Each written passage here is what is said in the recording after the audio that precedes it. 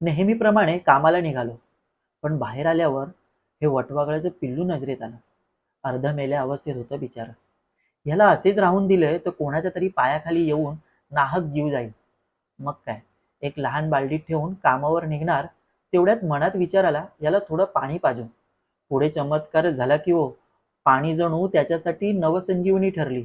पाणी प्यायला नंतर पंख मोकळे करून ते तो फडफडवू लागला.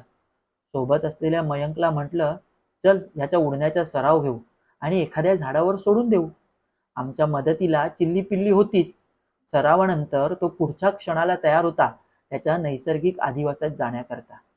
जर तुम्हाला हा व्हिडिओ आवडला असेल आणि हा तुम्ही इन्स्टावर बघत असाल तर आम्हाला नक्की फॉलो करा. हा व्हिडिओ जर तुम्ही यूट्यूबला पाहत असाल तर आम्हाला नक्की सबस्क्राईब करा.